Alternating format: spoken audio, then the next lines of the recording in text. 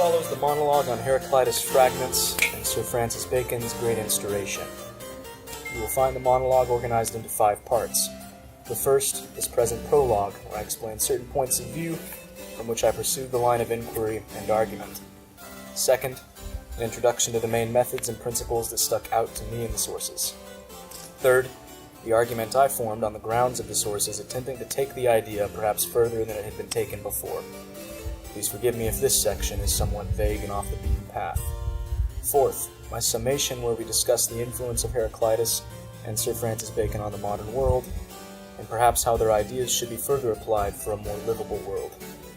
Fifth and final, my closing statement on how the works changed me personally, not allowing me to remain the same or hide from the nagging nature of truth. It is important to place a line of demarcation between the Christian idea of logos and the Western philosophical idea of logos before we proceed. On the one hand, logos is the Word made flesh, God incarnate, the fountainhead of truth, and on the other, logos seems to be seen from the point of view of a window shopper, looking into a store or beholding a room darkly lit. They behold the outlines and shadows of the wares, furniture, perceiving some integral features, but the true essence of what they see remains unknown to them.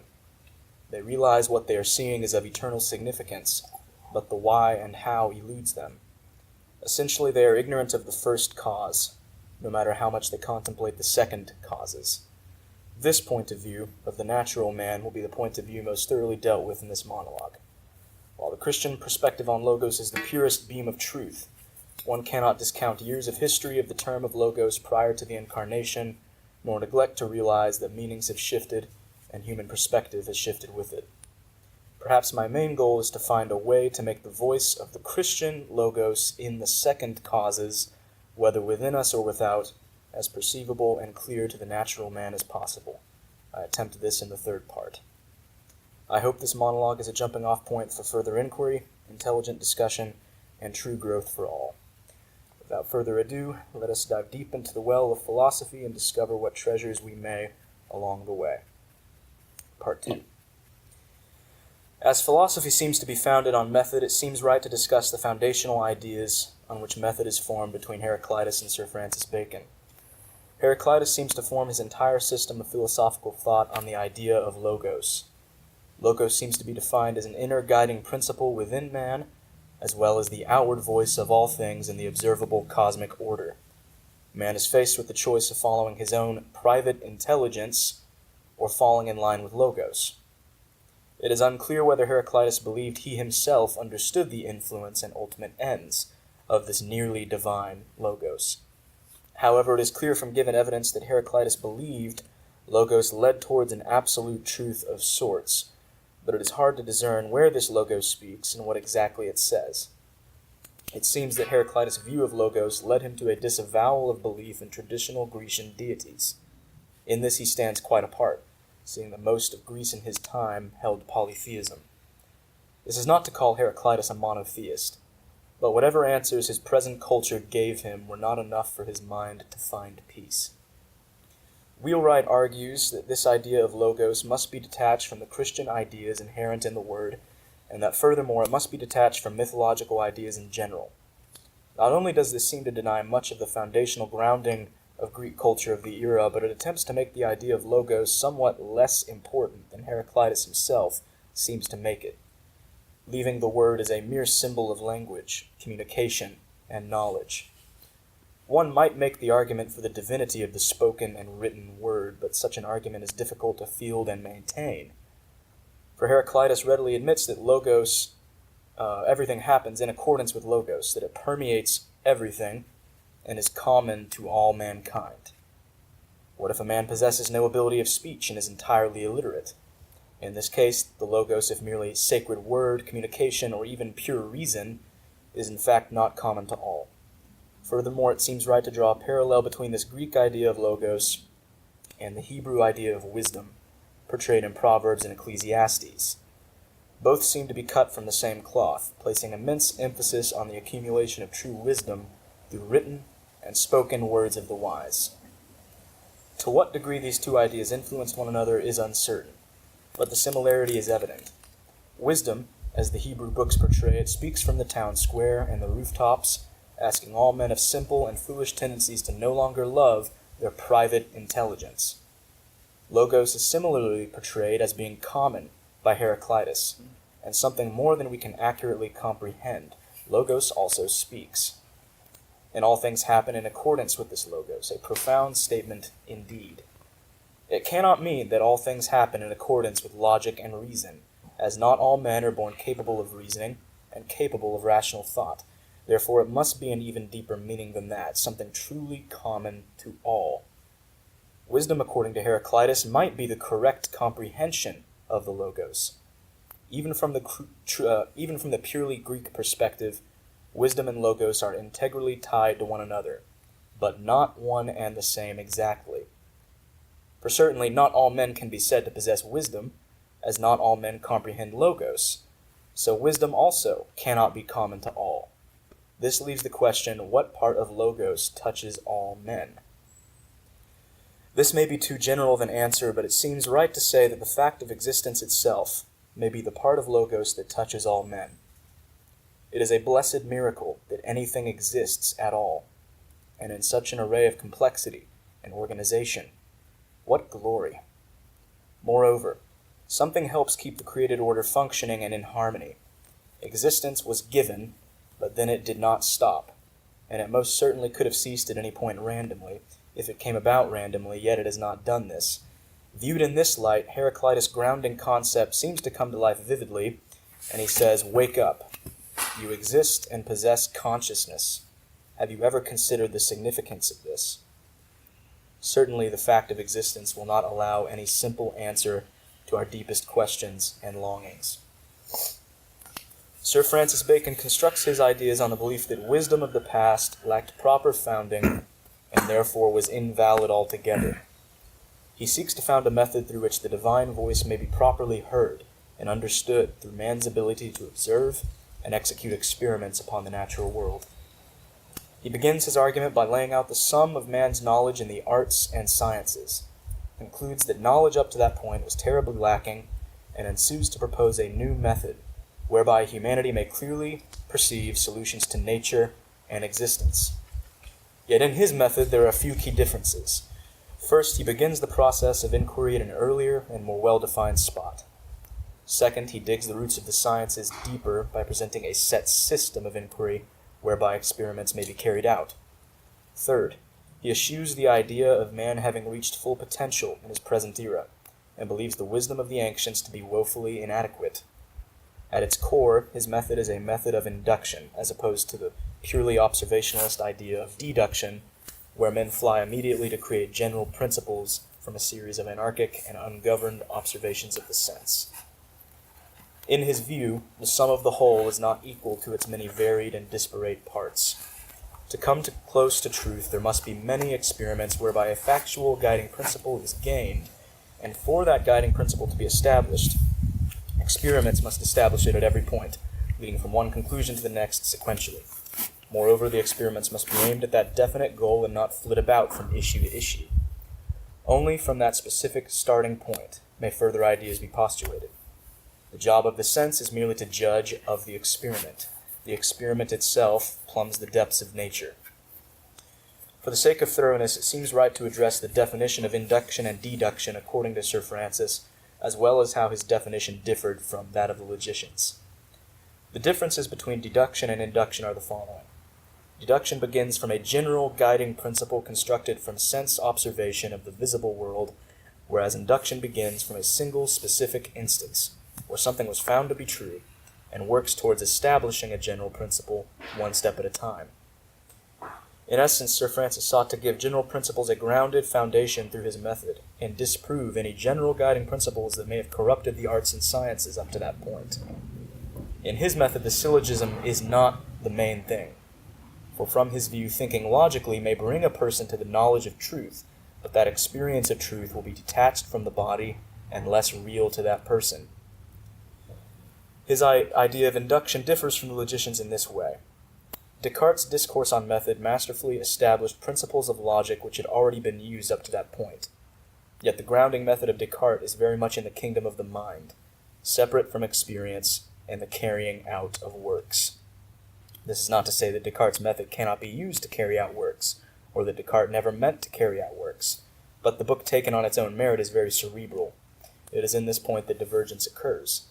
Bacon seeks to use induction not merely to logically postulate from true statement to true statement, but to be a bulwark in the service of general principles through experimentation that govern the affairs of mankind.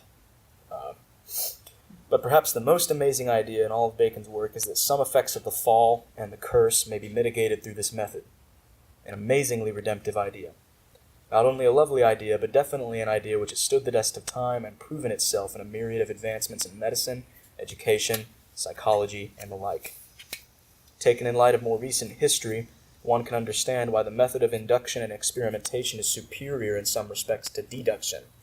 For it is hard to imagine a man eradicating polio from the face of the earth based solely on a string of syllogisms. Yet, Sir Francis said that he was in the business of establishing not merely science, but arts as well. This brings us to the argument. This is part 3. Sorry if this is going long. What are we doing on time? 11 minutes right now. Okay.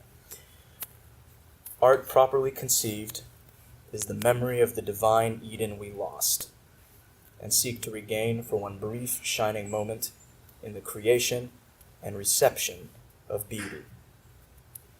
Eden, properly conceived, is the place of artistic beginnings and artistic liberty, free from darkness or loss of innocence. The beginning of art is much like the beginning of Eden, begun by that great clock turner, that prime mover of heavenly motion, the original artist. For in the divine act of creation, all future imitations of that divine act were foretold, in whatever future permutations they would find themselves. At its essence, the divine act of creation was an artistic act, permeating all of existence with beauty and heavenly joy. That hidden blush of creation, like that of a virginal wife before loosing her garments, has befuddled and delighted artists and scientists ever since. Truly, kings have sought honor in searching these things out. Little to no difference should exist between the artist, the one who creates art, and the scientist, the one who appreciates and searches out art. The heavens and the earth hum with divine energy and life force, not the life force of mysticism, but the life force of a work of art pointing to truth and taking on a life of its own. It is impossible to name anything in all of creation apart from that which is corruption, which cannot be called at its genesis a work of art. Take first the human family, and most significantly the act whereby such a unit is formed by the divine act of creation between a man and a woman. All at once, in a moment of great upheaval and passion, life forces mingle and the possibility of new life enters the world. Individuals sacrifice self, that a new creation may come forth into the light of day. Amid the sweat, sorrow, and pain of life, hope emerges reminiscent of everything we once thought ourselves to be. If this not suffice, take second the complexity of each individual soul. Humans hold an unbelievable ability to reason, perceive, and describe, all attributes that spring from logos. But perhaps most importantly of all, create. This ability alone, the ability to create, holds the key to man's soul, the answer to the question lingering in every heart as to where man came from and to where he is going. From where? The finger of some great artist whom we seek to imitate. Man's predilection to love the act of creation is found in no other animal, nor has any higher race been found that can equal or rival man's abilities in this vein, for not even the angels, fallen or otherwise, have been given an ability to create new things, but are shown in the service of the Godhead as messengers, warriors, worshippers, or attendants. As to the question of where man will go, no answer of a trivial variety will satisfy the human soul. Thus we see the varied religions, which are simply man's attempt to answer the thunderous cry of eternity within his soul. If these things still not suffice, take finally the divisions and organizations of nature. Animals of the created order possess neither reason, nor depth of perception, nor the ability to describe, and perhaps most importantly, lack the ability to create anything of special significance besides another animal or a place of habitation. On the grounds of this last reason alone, those who ascribe equal or even more value to an animal life over that of the divine human miss the mark by a wide berth. Take this not as a justification to cruelty, but as an establishment of man's place in creation. We, not the animal kingdom, are the creators, endowed with some portion of the Godhead's life-giving ability. The divine act of creation occurs at the zenith of man's faculties, whereby his reason, perception, communication, every faculty connected to Logos combine to spread light upon the dark canopy of space, or sound onto the canopy of time. In essence, man exists most fully when he creates works of beauty and goodness. To create is the highest way the natural man can fall in line with the imprint of Logos on all things.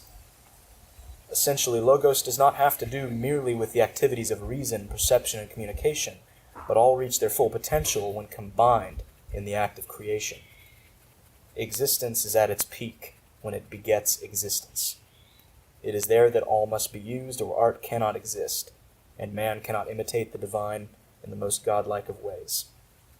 Thus we find that Logos itself, that guiding principle within man, guiding him to truth, functions at its peak as an artistic principle, whether it manifests itself in the artist's creations or the scientist's searchings. Neither can ignore beauty, nor boil things down to one or two faculties within man. To function most efficiently, both must learn from the other, for both of their subject matter has to do with divine beauty itself. Now we're winding down. I'm sorry this is taking so much time. Logos. The idea dealt with most thoroughly in this monologue was still barely plumbed to its depths. The voice of Logos speaks everywhere, and none of us hear it perfectly, nor at times do we wish to hear it perfectly. Above all, Logos speaks most clearly through the written and revealed Word of God. Yet still, little attention has been given by Christians to a spiritual interpretation of the voice of Logos in nature, nor enough time given to translate that into terms understandable by the natural man. The other side of the aisle, so to speak, has their interpreters in the likes of Carl Sagan, Richard Dawkins, Friedrich Nietzsche, and the like. But an interpreter with a similar intellectual acumen combined with verbal vivaciousness must step forward for our side in the current generation, lest our message be hijacked by the likes of Jordan Peterson. Truly, the heavens pour forth speech and declare knowledge of the eternal and glorious divine. But there must be an enlightened interpreter for the sake of the natural man. Thus, the absolute necessity of Christian artists and scientists remains.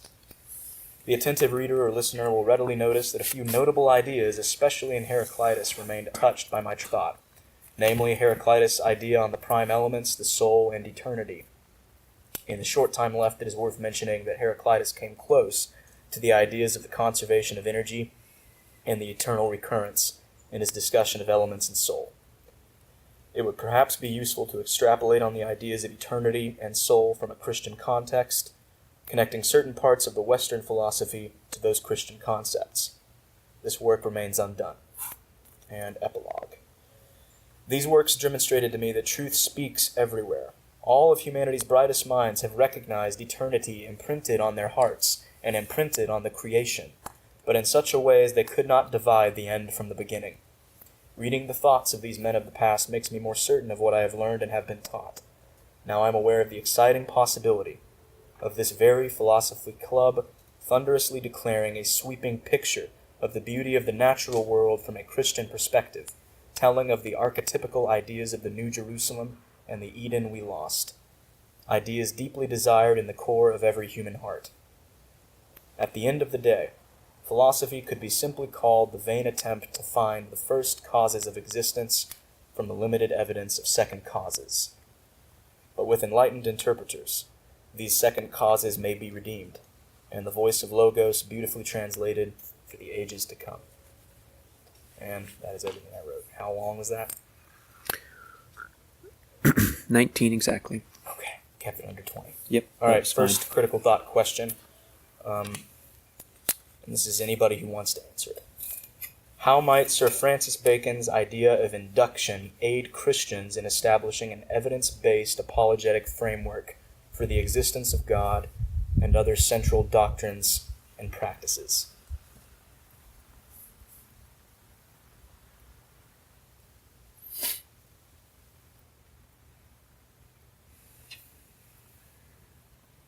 This is open to everybody.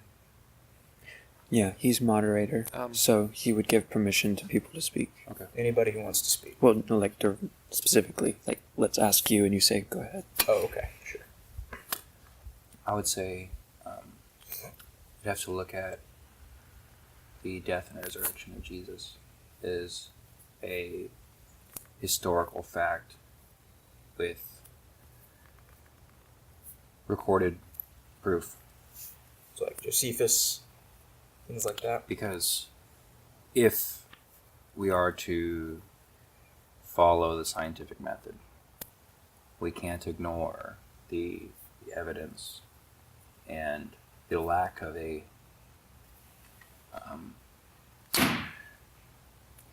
tenable alternative for his death, his body missing, the tomb being opened, and they can't find his body anywhere. And finally, the scores of witnesses that saw him in the days afterwards. I think that because there tends to be a bias when people look at history, especially in the ancient times, people tend to read historical documents as if they're myth or legend. And there's this pride or arrogance that we have, that we know better, to where the older something is, the less credible we believe it to be. Yeah. And I think part of that has to do with Enlightenment.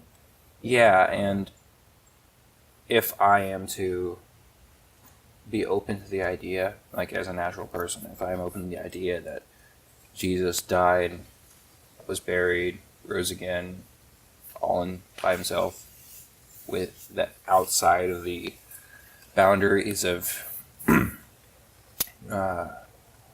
physics and the law of nature as we know it, then I must also be open to what that means for my life personally.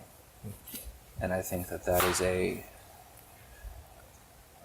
emotional and mental and philosophical obstacle for people to approach the idea of creation theory. Because in order to be open to arguing in any debate, you have to be willing to abandon your own beliefs at any time if the correct or if superior evidence appears, which is part of same thing. You have a hypothesis, and if the experiment or the evidence disproves your hypothesis, as a rational thinking man of science or logic, you have to be willing to abandon that. Or at least consider another idea. Because Right. there's evidence, just like there's evidence for Homer's books or whatever. I mean, Right. So, like you mentioned. I think that, in short, your question was, how can we use the scientific method to, as Christians? Yeah. And I think if you take it back to the defining moment of our belief, the cross, the death, burial, and the resurrection, if you point it to the core of what we believe, and it rings true, and you can have an actual debate and conversation about alternatives, and if you're willing to be open to alternatives while knowing that none of those pan out, like how could they have opened it up, there were guards there, or how could they move the boulder, all those different conspiracy theories that are out there. There's an answer for all of those. But the fact that we're still talking about it today alone, like it happened yesterday, Right. is just unbelievably powerful. Mm-hmm. Does anybody have something to add to that, please, Stephen? Yeah, I could speak towards what he was saying. As far as the scientific method goes, and induction, Experimentation and all that. in the years since it was proposed and begun in earnest, the time of Bacon. It's been used deftly against the faith. Scientific method in induction has been used deftly against the faith. And I feel like Christianity as a whole tends to respond by trying to counter the points that our opposition has made. Like, instead of talking about Jesus, they would then start talking about evolution. They're trying to counter the points that the opposition has made using the scientific method.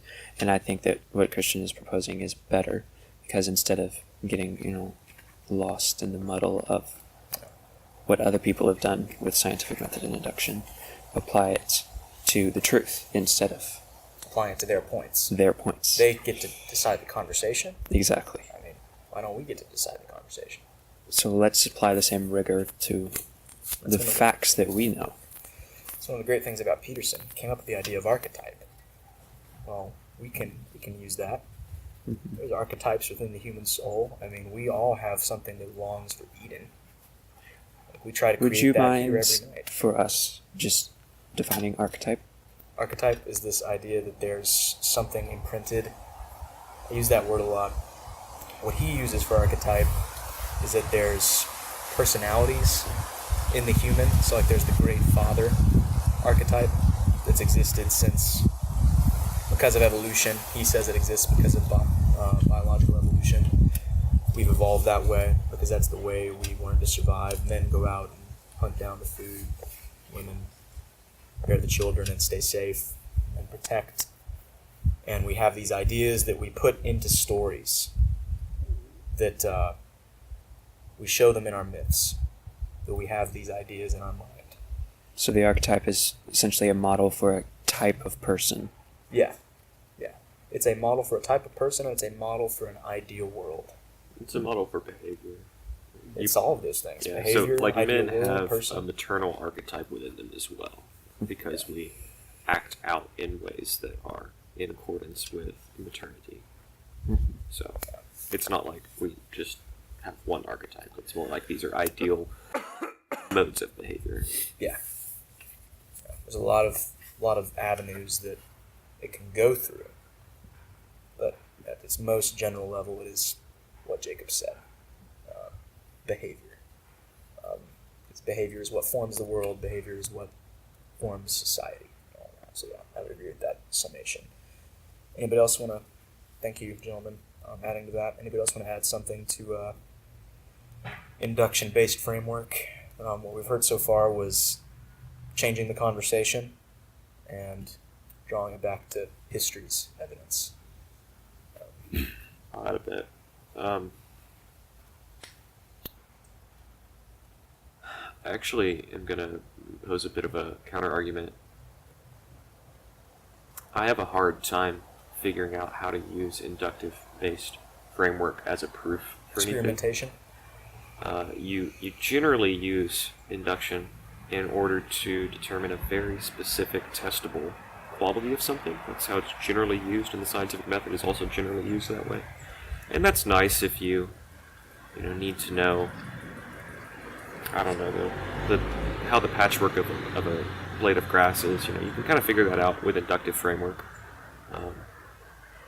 Other specific qualities of things you can figure out. And that builds over time and grows, and the knowledge base grows, and you can find some really interesting things.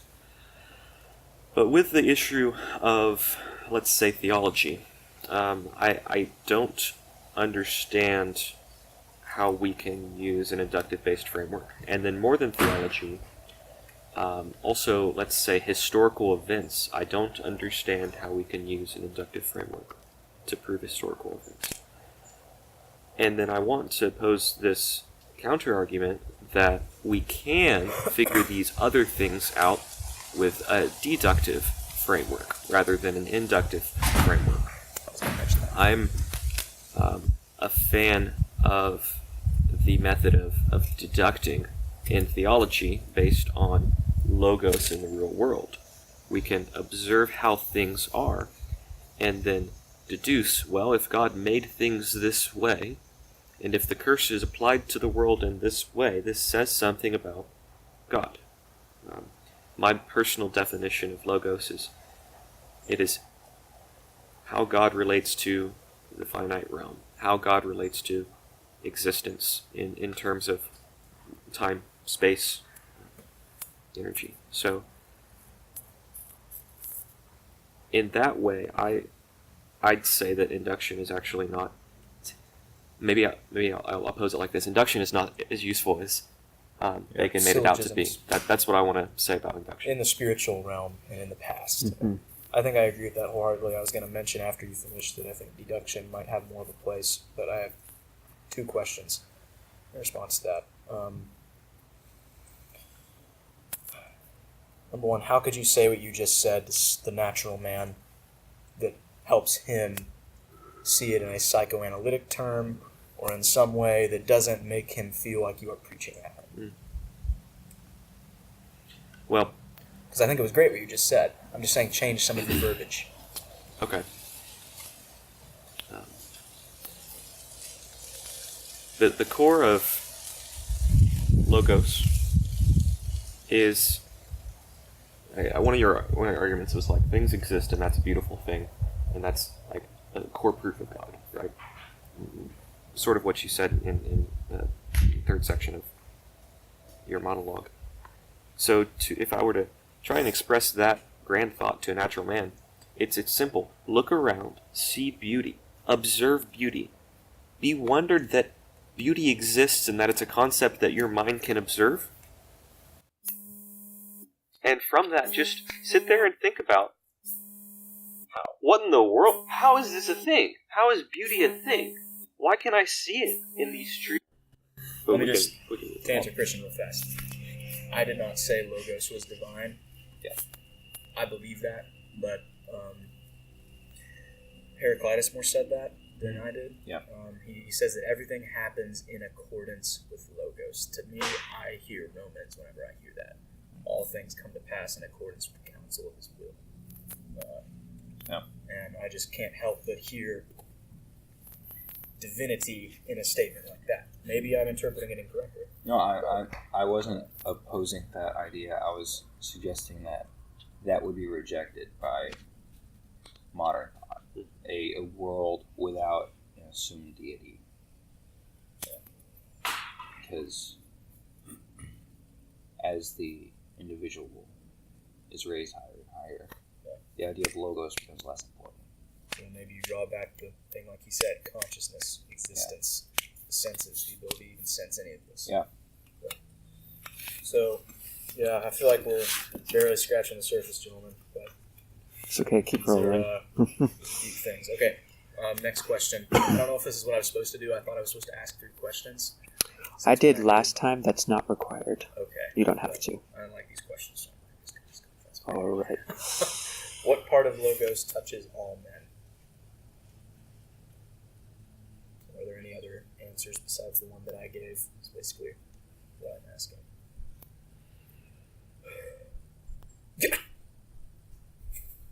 Just went.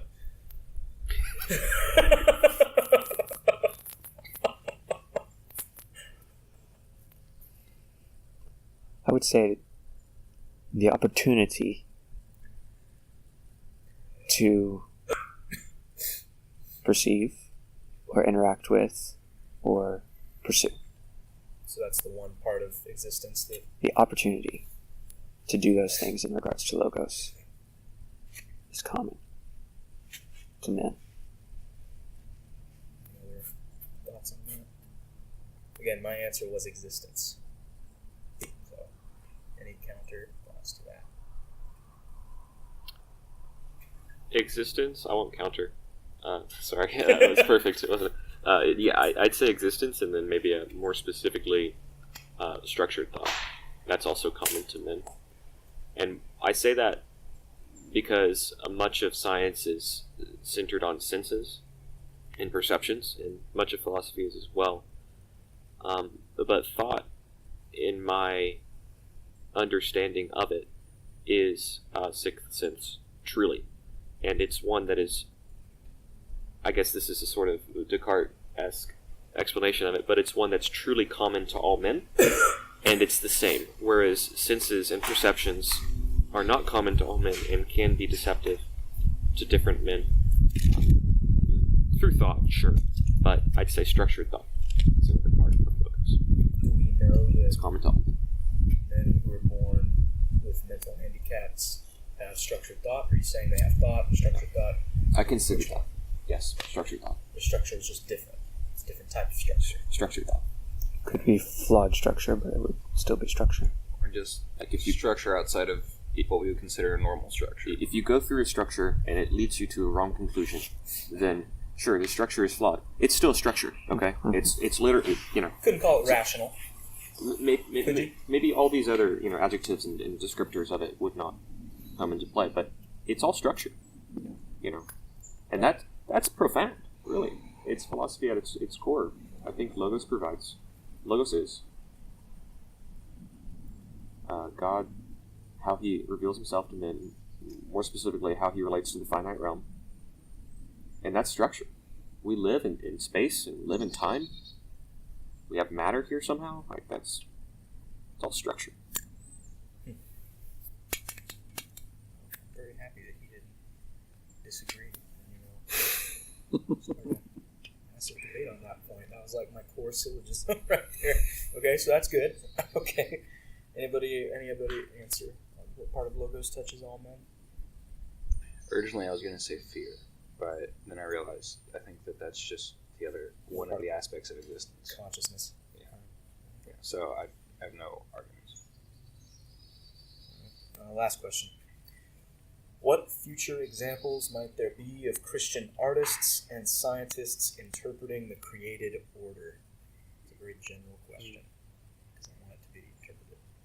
Say that once more? Yeah, again. Sure. What future examples might there be of Christian artists and scientists interpreting the created order? And that's specifically referring to sense-perceived realms, not spiritual realms. What might Christians do in the future in perceiving and Portraying interpreting? it to people Yeah. like Dawkins.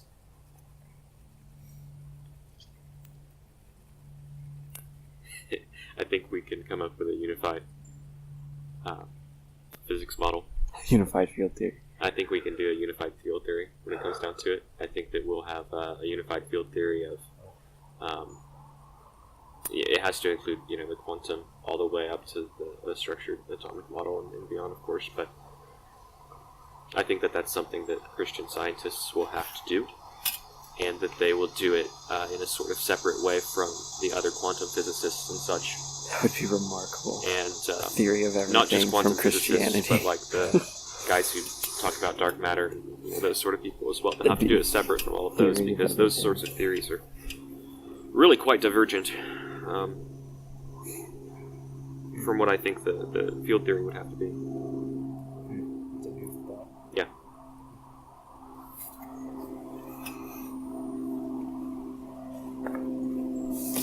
I'd like that.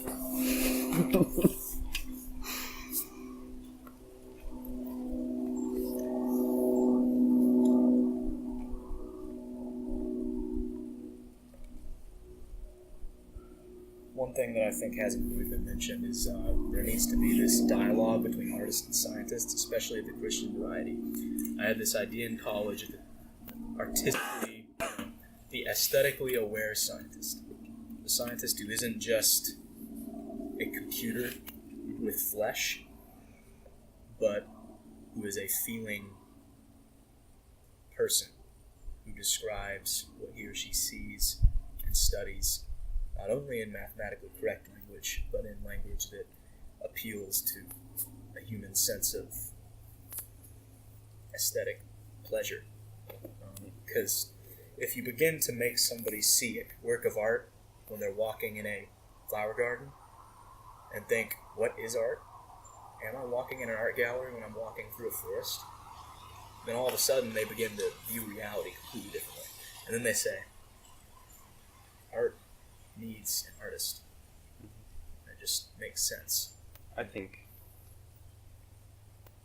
instead of seeing science as a way to explain where everything came from. I think if you, because that's sort of how, I wasn't homeschooled, so that's kind of how science is explained in public school. But I rather see it as an attempt to understand creation better. And if you are analyzing creation, essentially, you are doing what you're saying, which is you are considering a piece of art. I think it was Leibniz that suggested that if we are God's children, then the art that we create is God's grandchildren, is God's grandchild. And I think he said that to sort of suggest that there is something important about our ability to create things, and how that is a divine gift.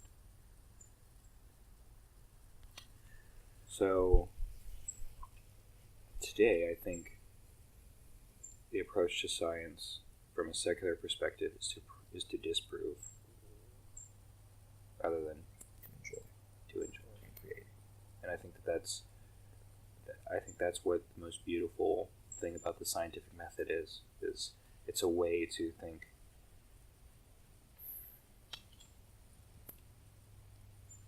not what is the correct way to appreciate this creation, but possibly what is God trying to tell us, or what is God's intention. I think those are beautiful concepts. Yeah.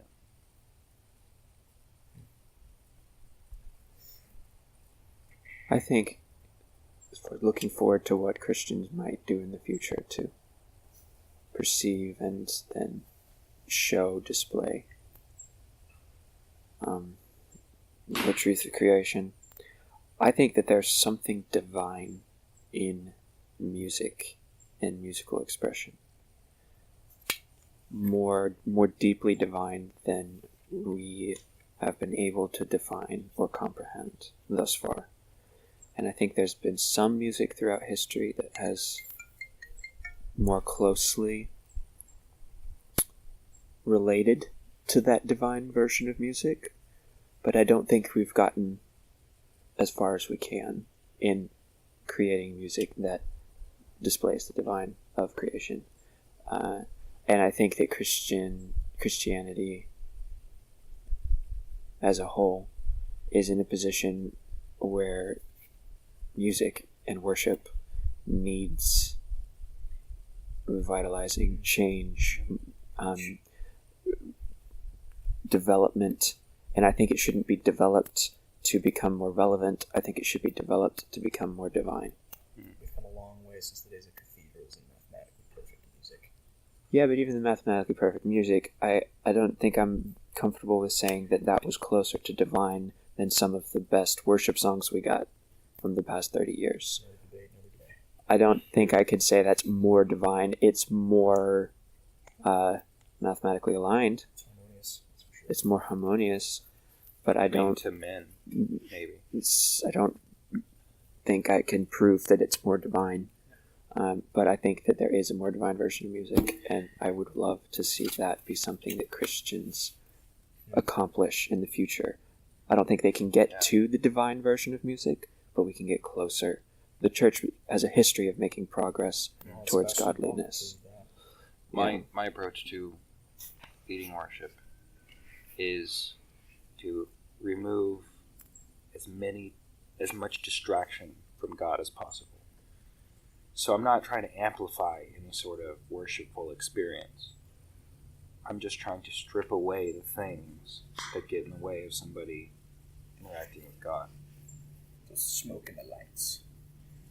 We don't have, our church is so bare bones. We have no lights, we have no smoke, no nothing. And I think that parallels with how I think science should be approached, right? I think that science should be approached as a way to see God in a new way, or to learn more about God, to get a better glimpse of His intention and everything. So instead of trying to, I think, emphasize what we build and create to worship, which I think is probably like my gut doesn't like the idea of these perfect mathematical compositions being more divine, because I think that just, if anything, shows that humans were way more intentional and like put their own efforts into it. And I think that true worship isn't about adding more effort, but rather being more focused. So one of the things I'm seeing is we talk about science, and instead of it disproving something, I've heard and thought about science as a way to understand the natural laws of things. And that's what science is about. People are trying to understand and prove and make laws and hypotheses of how this world is bound. Because this world is bound, our lives are bound, everything we see is bound by time, and it eventually goes away. And thus, I can see how the more mathematically, because there's a lot of math, there's a lot of laws you can see from the natural world that you can prove with mathematics and sciences, with chemistry and stuff. And so the music that aligns with that, I would agree, I don't see it being more divine, even though God, the Creator, created everything, and by the laws that nature is bound by and mathematics is bound by, the music aligns more with those boundaries. But this world, as we know, is broken. So God made something good. The laws now have been altered because they've been broken. And so this natural world of the science that we're observing, can you call it divine even though it's broken? In its state, yeah. It is still beautiful. I think that's where we can kind of draw the beauty from. Yeah. This was meant for good. It's broken, but we can appreciate the beauty that God intended for it. We can see beyond the limitation of the time, the boundness of everything we see will be gone. And so science should be used to understand the laws of the bounds of this world, and then we can deduce from that the intentions of God. And when we were thinking earlier about the induction, one thing that kept sticking out in me was you were saying induction, you needed a singular truth event and then draw from that. And when you are talking about receiving it to the secular common man now, how everyone's being more individual, that sense of we're lifting up the individual instead. So then the induction process would be, does everyone have that truth in them that they can draw from, instead of deducing the truth that God has given us and using the truth that God has given us as the induction point, instead of everyone using their own, this is my definition of something, this is my definition of this.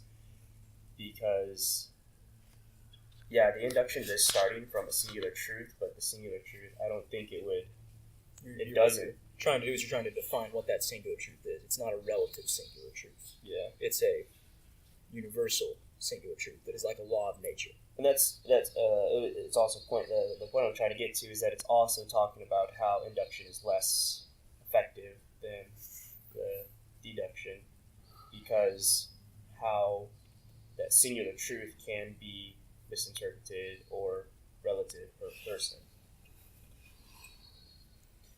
Yeah, I hear what you're saying. It sounds like you're saying induction has a time and a place, and deduction has a time and a place, and both can be misused. Yeah. Is that a clear understanding of what you're saying? Yeah. The simple point was I was just trying to say I agree that deduction is a better starting place than induction, but from the deduction, wouldn't that in turn lead to an induction? Deduction that informs how you start induction, kind of? Oh yeah, totally. Yeah, they're all like connected. Everything's connected for sure. I think more what Sir Francis Bacon is saying in his definition of induction is that there's more experimentation. That prevents people from coming to a place where they're using solely their private, preconceived intelligence notion of what reality is. They have a method that they use. So not only do they have a system of thought, they also have a method of plumbing the world, so to speak. So I guess, I'm not saying I disagree with you. I just think that from what the source said, he seemed to think induction was more useful for certain things.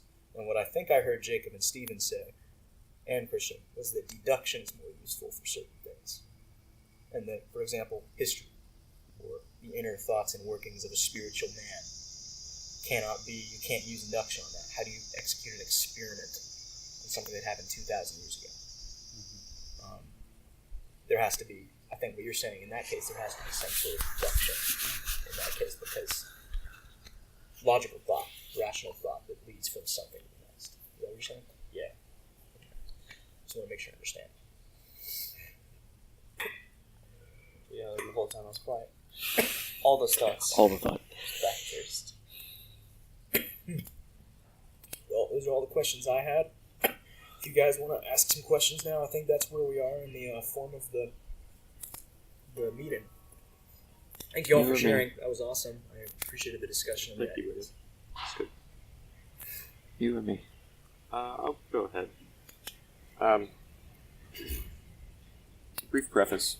My question arose when I realized that it was extremely difficult to get on the same page with someone concerning a definition of a lofty idea or a fundamental idea. Specifically, how do we agree on what logos is? Mm-hmm. We have language in order to describe reality, in order to communicate with one another our perception of reality. However, this description often is flawed, or more specifically, I'm not sure if it can ever precisely describe any fundamental.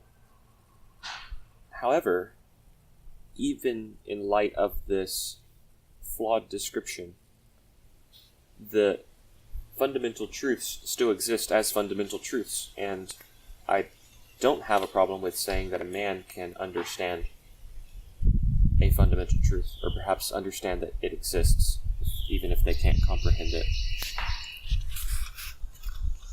So, the question is, how can we communicate and be on the same page and agree on what a fundamental truth is, what logos is, in this example? How can we get better at that? And can we know that we both have the same concept of logos? That's good. That's real nice. Something along those lines. Yeah. I have a hard time formulating. So what I think I heard down, you say was, how do we get on the same page on a definition of a word that denotes a very big idea? In this case, insert logos. Layman's terms, yeah. And then the second thing you asked was, how can we get better at that? And I feel like there was a third thing. I probably repeated the first thing. Yeah, it was just kind of the same thing, yeah. I think it's reassurance. Internal reassurance. How can you be fully aware that... How can we know that we're talking about the same thing? How do I know that he fully understands? Yeah. Yes. I think that's what you're getting at. Yeah, you're right That's about true. that. And immediately, It's a bit different. because of the fundamental truth that we can or may not be able to comprehend, only way I can see it is by divine understanding to be given and sought after together. And then you get to the point where it's like, well, I'm pretty sure it's this, and then divine intervention inside you, each of you, says you're on the right track. Mutual submission to an external authority. Going off something you said, there were two sides of time with something you just said. In the first part of your sentence, you mentioned divine intervention, this idea that the Holy Spirit regenerates a man. In the second part, you mentioned the words sought after, presumably some truth. There's two sides of a coin in that statement. There's this idea that there has to be work on the part of man going on there. And I think that might say to what Jacob is saying, is that how can we get better at it? Well, what we're doing right now, talking.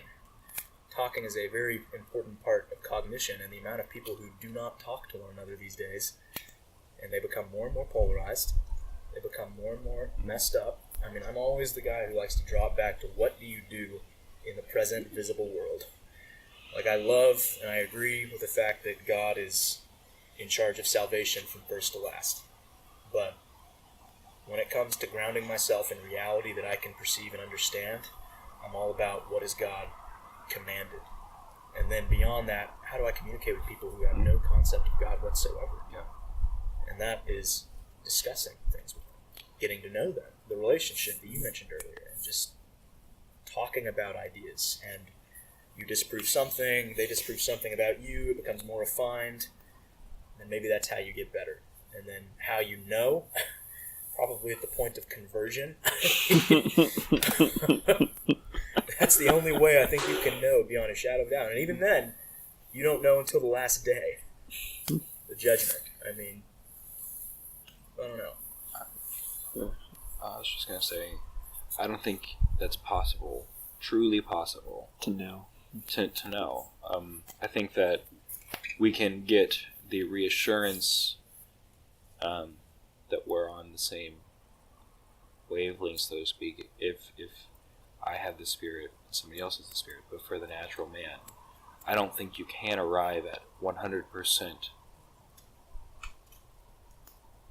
true agreement and understanding and comprehension. And let's say you even could do that. I don't think you could ever know that you do. However, I think that that peace that you're going through towards the same direction with your thought is something that comes easier to those that, like Stephen said, mutually agree to a divine truth or the Holy Spirit or divine authority. And so if we leave the Bible as a divine truth, and I think this is why this goes a little bit to that whole partisan idea. You know, everybody says that their thing is the truth. And I think the concept of let's all just agree on this is really enticing to people because it does give that sort of assurance or that feeling of peace that the people around me are thinking in the same direction. I think that as humans, we really want to be around people that think the same way that we do. So, Find some common ground. yeah. So I don't think we could ever truly do that. I think it's just because we're human. But I think that's what, I think heaven will be like that. Mm-hmm.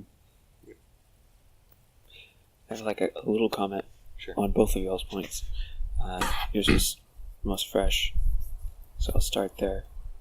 If we somehow were able to come to the point of complete agreement in this temporal realm, I feel like we would have to break this complex idea into something as mundane as like a number, such as 2 + 2 = 4. Mm-hmm. We can have pretty much universal agreement on that, but that's because we've broken it down to something meaningless, essentially. Yeah, construct rather than fundamental. It's no longer Fundamental. It's no longer the fundamental idea, the grand idea. Like I was only talking about fundamentals. And the only way we could get close to total agreement is to break it down into something less wonderful. And then what came to Something mind? that our earthly minds and consciousness can understand. Comprehend more fully. Yeah. And then for what you were saying, Brandon, I completely agree. And my favorite part of what you said was talking about the discussion that has to happen. And people seem to know that discussion should happen in our society. They know that, but they don't know how to discuss. They think discussion means I state my opinion, and then maybe you state your opinion, and then one of us changes their mind. Like, they seem to think that that's what discussion is. That's what they believe.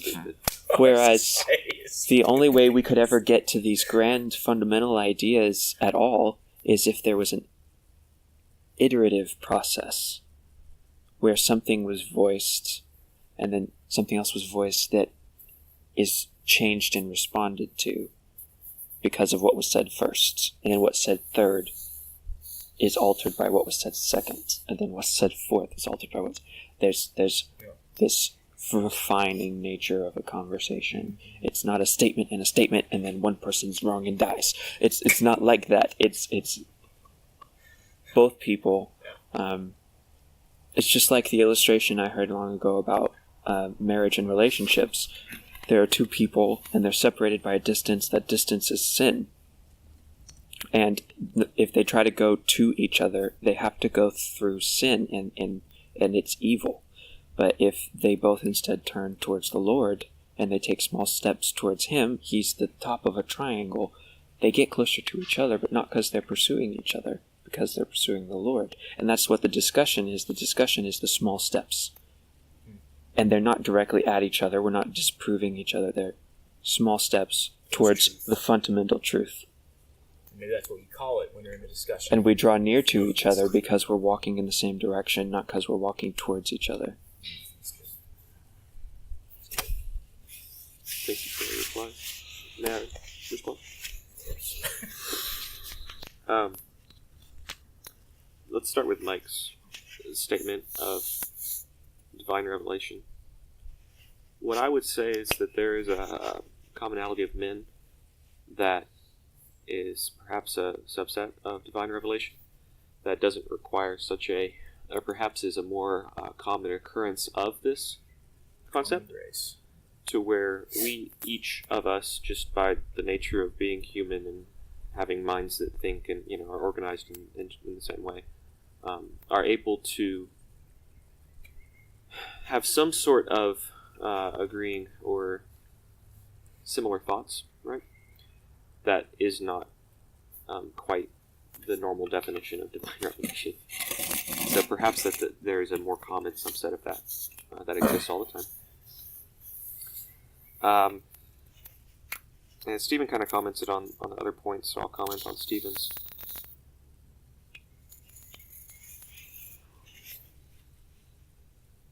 I'll forget what you said. 2 + 2 = 4. Simplifying. And triangle dialogue. Conversation versus statements of annihilation. Nihilism is in the word annihilation.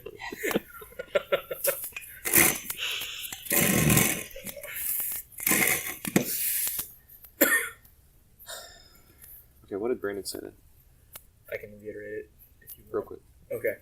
What I said was in response to what Mike said. I mentioned that I agree with him, but I think there's two realities within a single sentence. The reality of the need for divine revelation, and I agree that God is the prime actor in salvation from first to last. But at the same time, we exist inside of time, so there are actions that need to be carried out. So what actions can we conceivably carry out in keeping with what we need to do to define a fundamental truth? Not just say, here's the Bible, boom, I hope you're divinely inspired now. How can we walk in that direction a bit at a time with somebody, meet them where they are, talk to them, discuss, things like that. Okay. I had something else. So I focused on my first response and lost. It was a good first response. I lost the other two. That's good. Thank you, guys. Any other questions for the group? Well, maybe... Sorry. My bad. Actually, I wanted to answer my own question. That's what I was thinking. Yeah, I thought you would.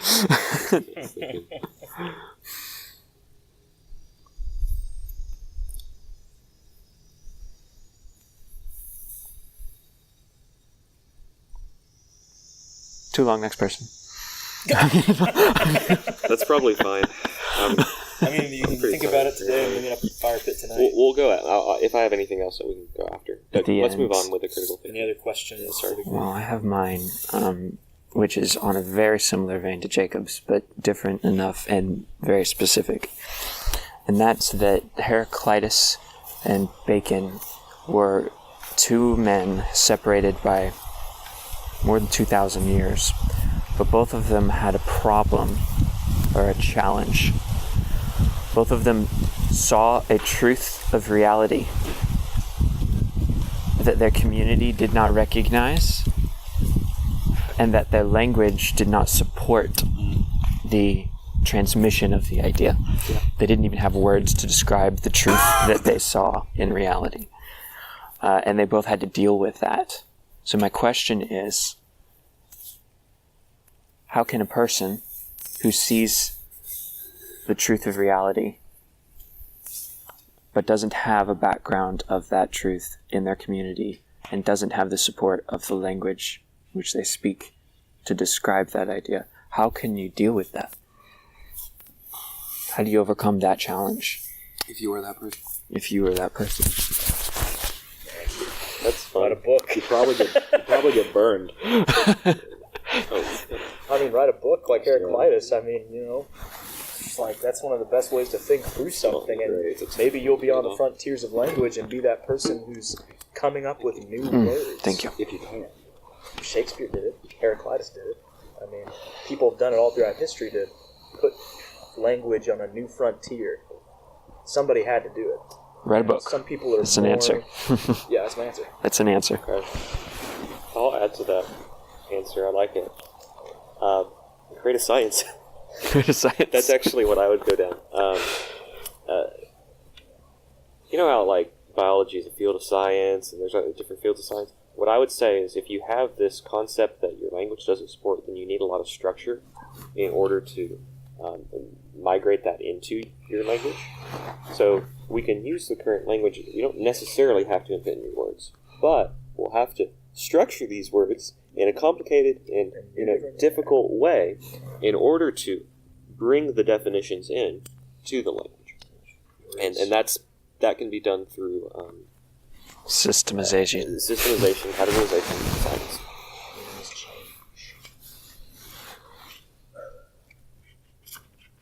That's another answer.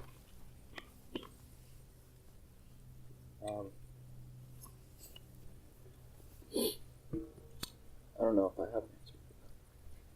All I can think of is repetition, in the sense of my example that I can just go back to is the Bible, and how when you get into the Greek translation, you see words used in different scenarios to portray the same meaning. And a simple example that I'm thinking of, just because these guys had an ultimate truth that they didn't know how to, they didn't have the support to portray it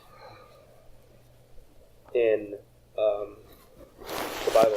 One thing that sticks out to me was the how many times God says, "Do not fear," and people can hear that. They're like, okay, don't fear.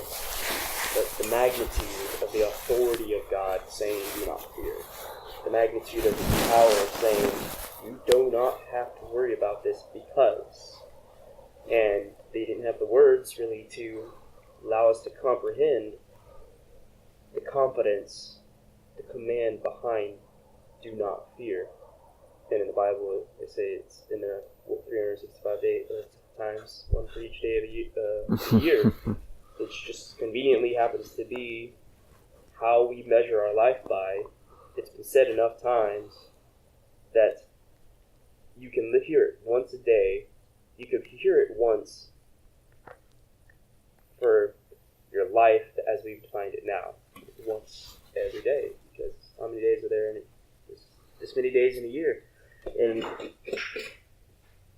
without the structure, without making a new word, that was what I simply could go to.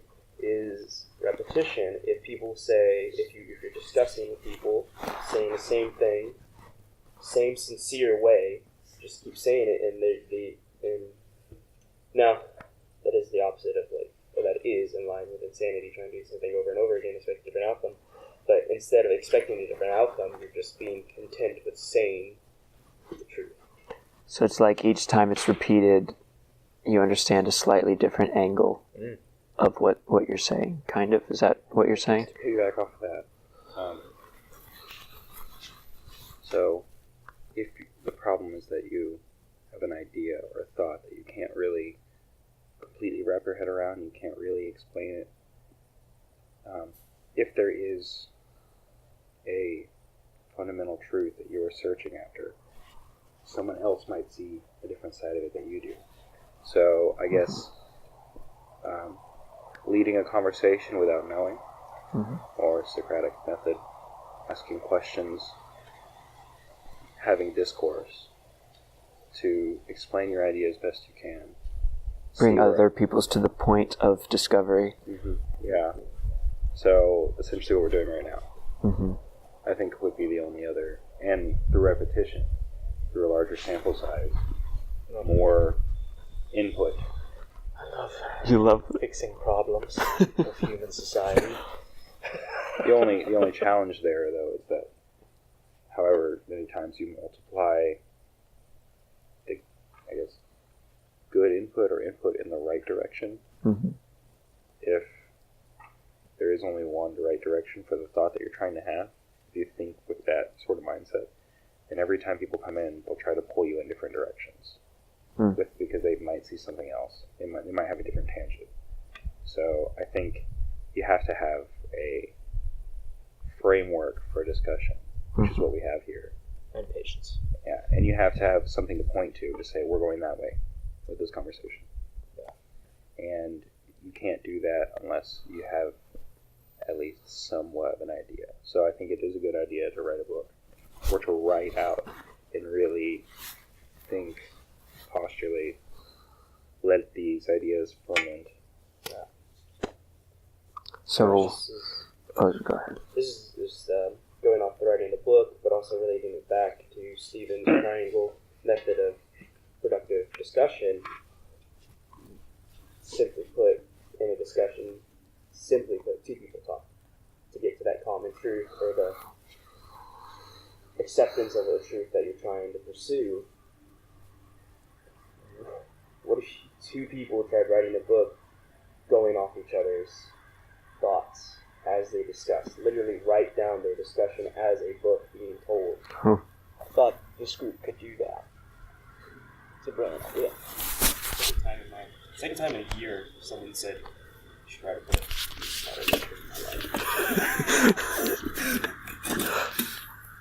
Alright, so it was write a book, it was create a scientific system, use repetition, use discussion. Add something. It was not only just write a book, it was write a book and live on the frontier of language. True, and create language. Yes, I'm sorry, I forgot. Those are some fantastic answers. Kind of a follow-up question, though. What if instead you, for instance, painted a picture? Finger painting is always a good answer. It doesn't need to be painting a picture either. It could just be... What if you art. wrote a song? Yeah. What if you designed a building? Turn, just what if you created? Because we're talking about a truth of reality, of creation, of existence that is unrecognized as of yet. And you need to communicate it. You want to communicate it. So, this is already, if science is the pursuit of understanding creation, then creation is the science of understanding.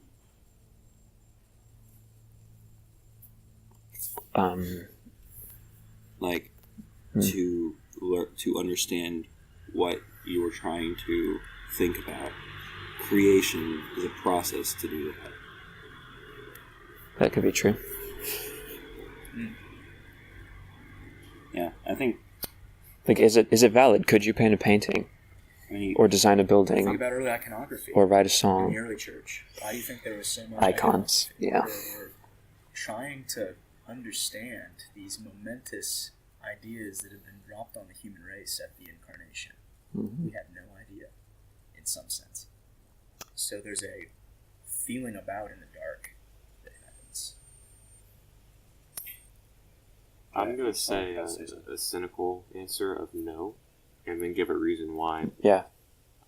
I think that language is the means, thought is the means, structure is the means to understand these thoughts. Mm-hmm. Whereas, art is something more along the lines of an overflow of the understanding of these thoughts.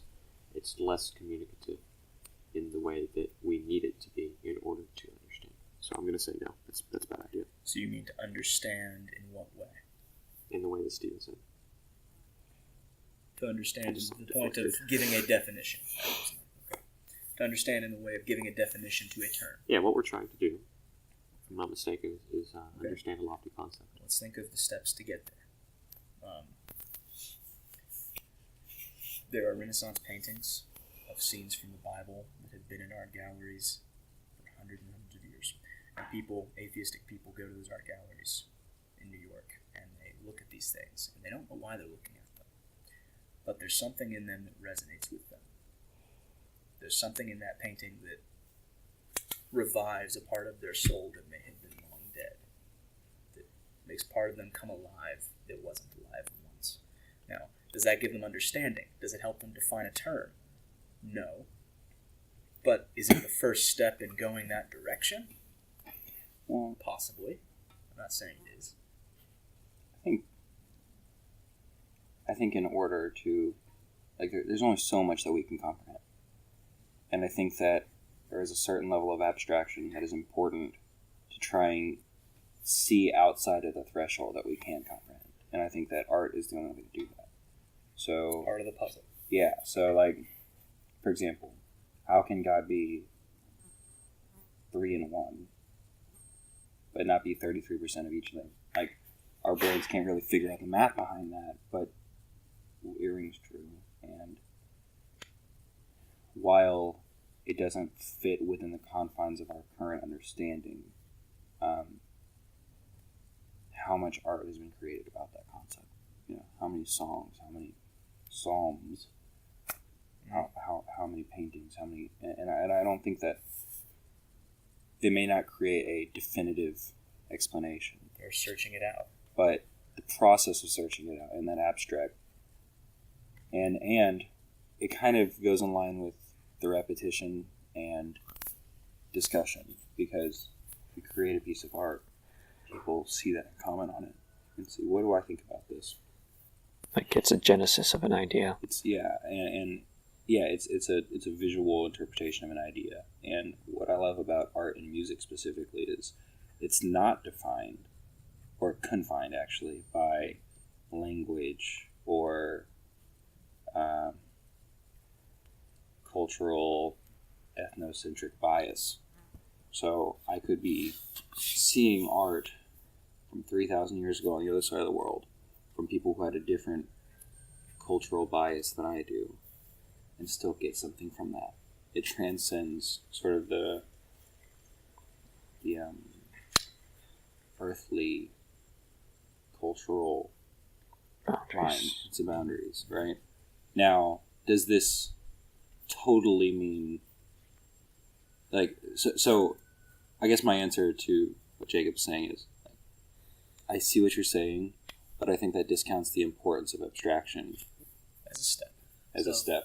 Yeah, I can see what you're talking about. I was seeing, my answer to Stevens was yes, and my retort to Jacob's no would be, we were talking about the relationship between science and art earlier, and the creation of art can incite a feeling and understanding an idea, and which in turn defines the understanding of what we're seeing or how we respond to the natural world, and thus a different perception, a different understanding of what we used to understand can lead to new creation.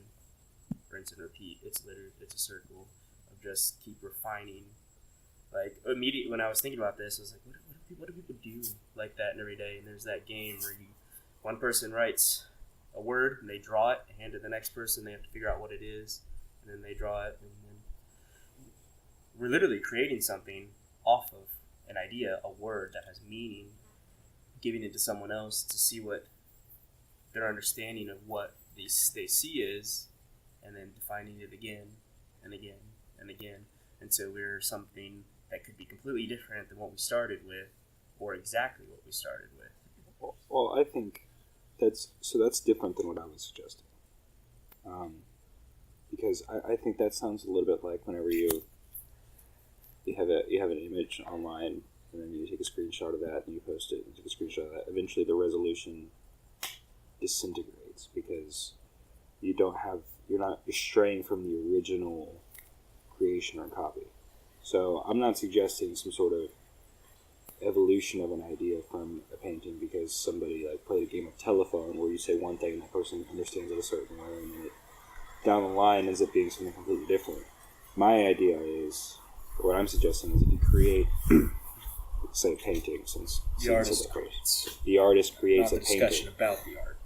The artist creates the painting, and then everybody can look up to that painting and say, on an evil playing field, this is what I think about this.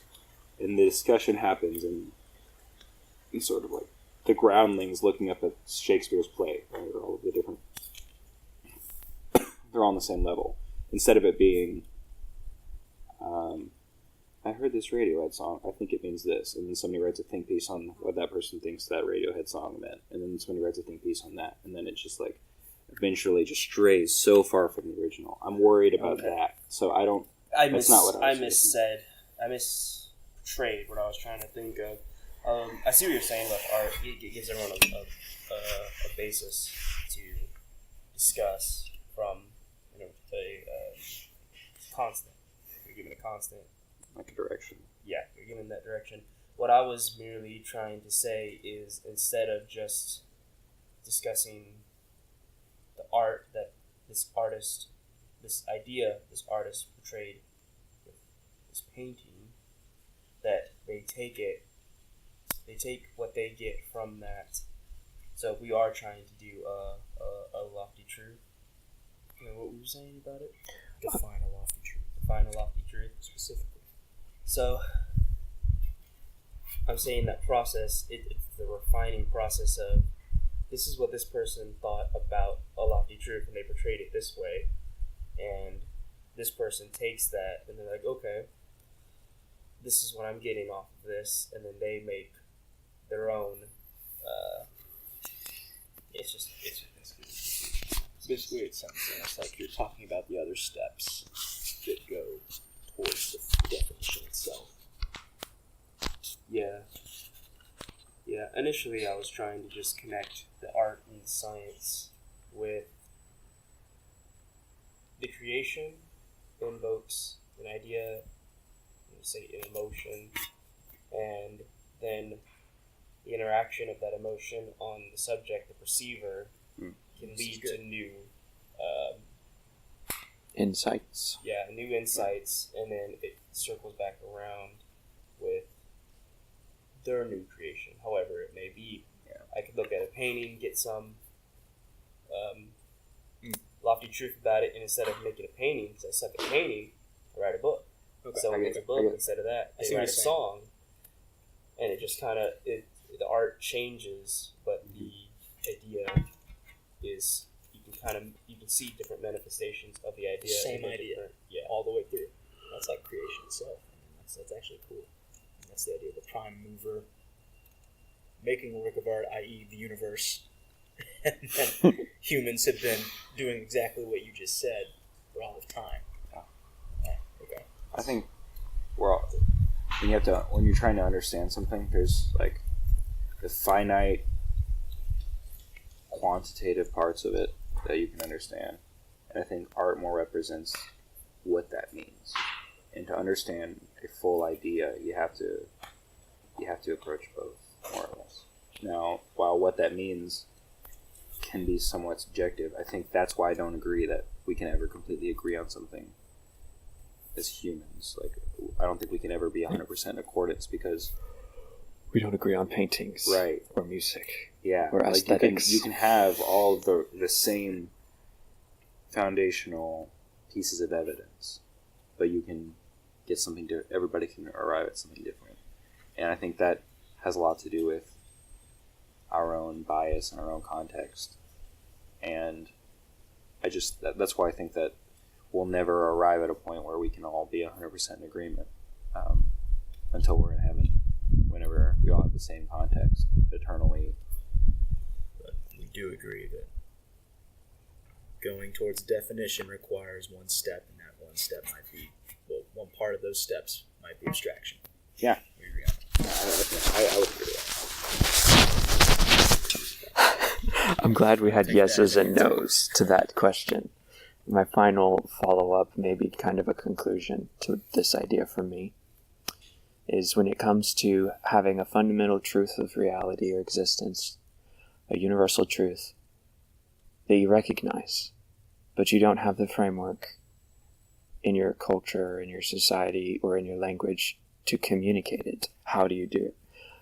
I think my final answer for that is God is the person who has every truth at his disposal. And he attempts to communicate truths to us who have initially none of the truths at our disposal. So I ask myself, how in the scriptures did he attempt to break this barrier of having no culture and no language that could support the truth he wanted to tell us? How did he do it? And he used, in my opinion, art, creation, and words, and more structured information, both. But kind of miraculously, he used more abstractions than he did concretes as he communicated with humanity throughout the history of the world. And I would even say, what of the cross? What of Jesus dying on the cross? What if one of the reasons that Jesus died the way he did was because it was one of the only ways we could understand the truth that God was displaying to us, that he was communicating to us, the truth of the horror of sin and the glory of grace. Like, what if that was an image that the Lord used for our benefit? Interesting. That is a profound image.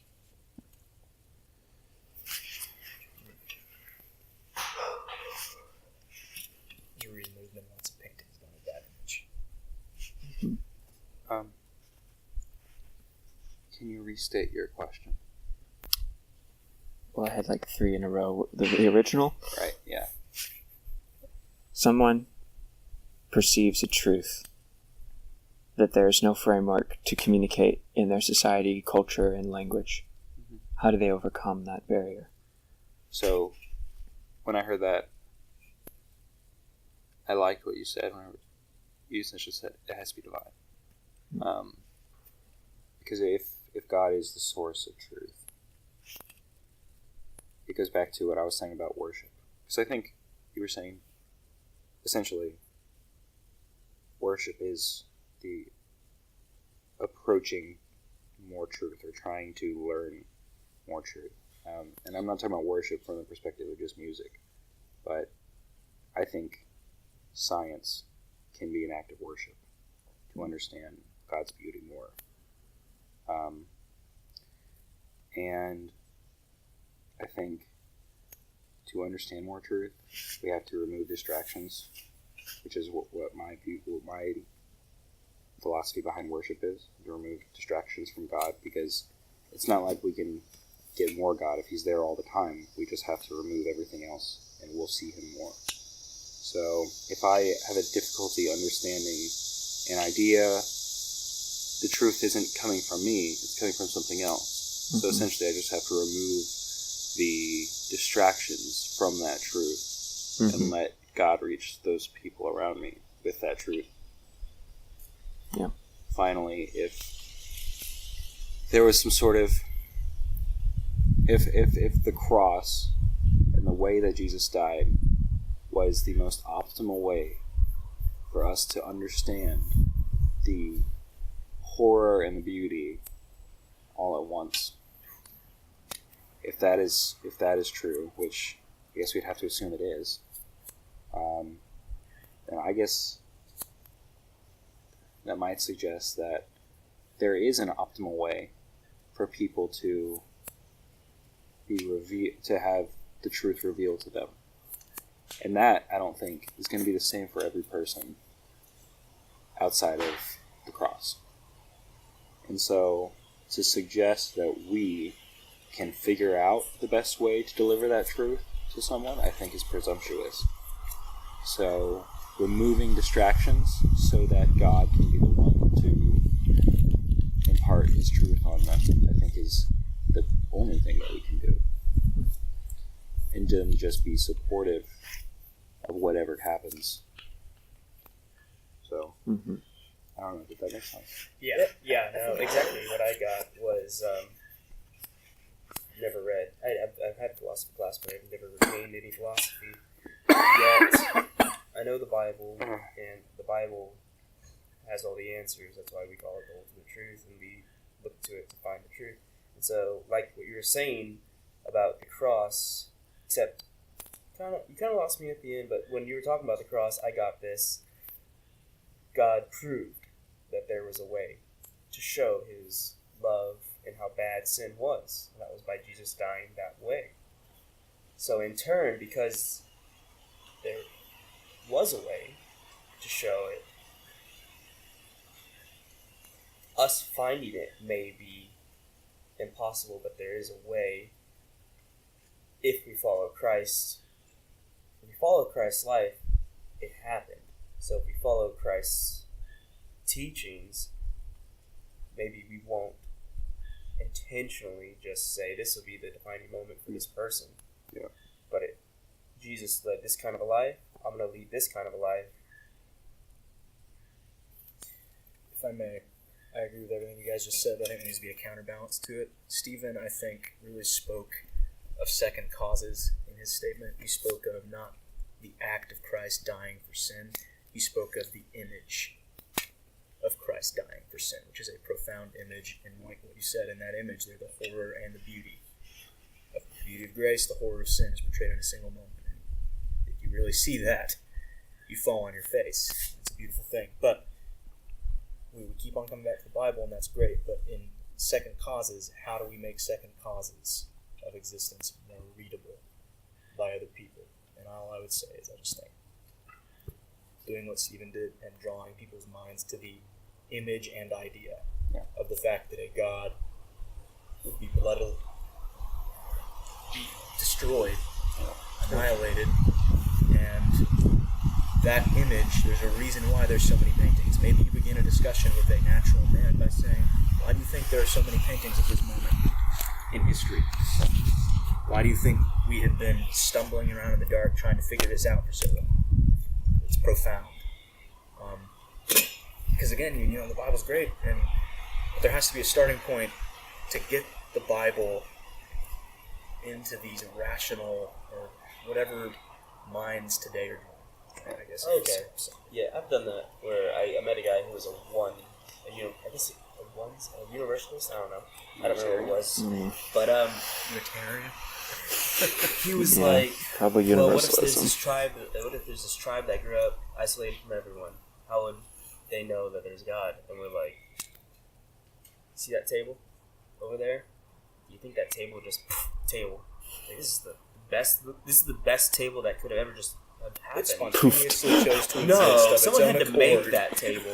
And the same thing can be said. It's harder for us because we're so distracted with all this extra knowledge about how, obviously someone made this table, someone had to bend this metal, they had to heat this metal was made from these chemicals. So we miss the simplicity of this was made by someone. And they can do the same thing with the trees. Like, they see life around them, they see this stuff, and if they just say, oh, that's an awesome spontaneous tree, just tame that. The tree is not a constant, it doesn't stay that way. So why did it appear that way? It couldn't just be there. It had to have come by some way. And so for the natural man, you can... I always get scared with this because it's along the lines of who created it? And if you talk about God, then they're like, well, who created God? For me, that's always been, like, it's been addressed in a movie at one point, where God's not dead, and it was backed by something in Scripture, but I can't remember it ever. But then you just get into the theory of everything that Yeah. Jacob mentioned earlier. Start trying to argue on their quantum physics. yeah, and I can't remember what we did in that instance, but we did not try to argue that God was always, but we went back to how his ideas, how his ideas were aligning with stuff in the Bible, and how the Bible answered some of the questions he didn't have. And that's because he was receptive to wanting to hear from the Bible. But it initially started with talking about the world that he brought up.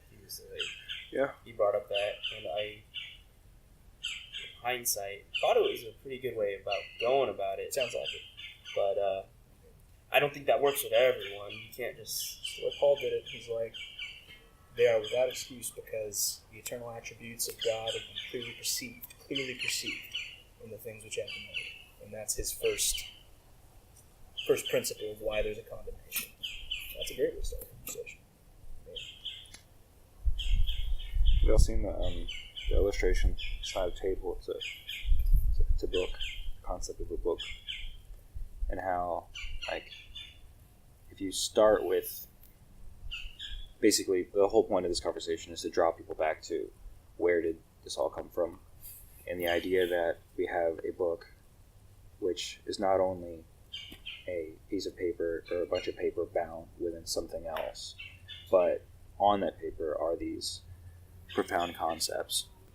For that to come out of something random and it would take almost more faith to believe that could originate from something random than from an actual creation with intent. And Why the aesthetic argument is so powerful. Yeah, and it's one that's easily dismissed if you don't think about it enough. Because like, it's just aesthetics, it's not a big deal. But it's a big deal. But why? Why aesthetic? I think it's very interesting the way how the first question I asked, we all came at it from the analytical side. None of us came at it from the creative side. And that was my first inclination too. But there is another side, I believe. And it's plain in Scripture. Plain in reality. And there are things that I think no words... There are concepts I think no words can express. It feels like a closing. Yeah. Yeah. That was a good soundbite. How long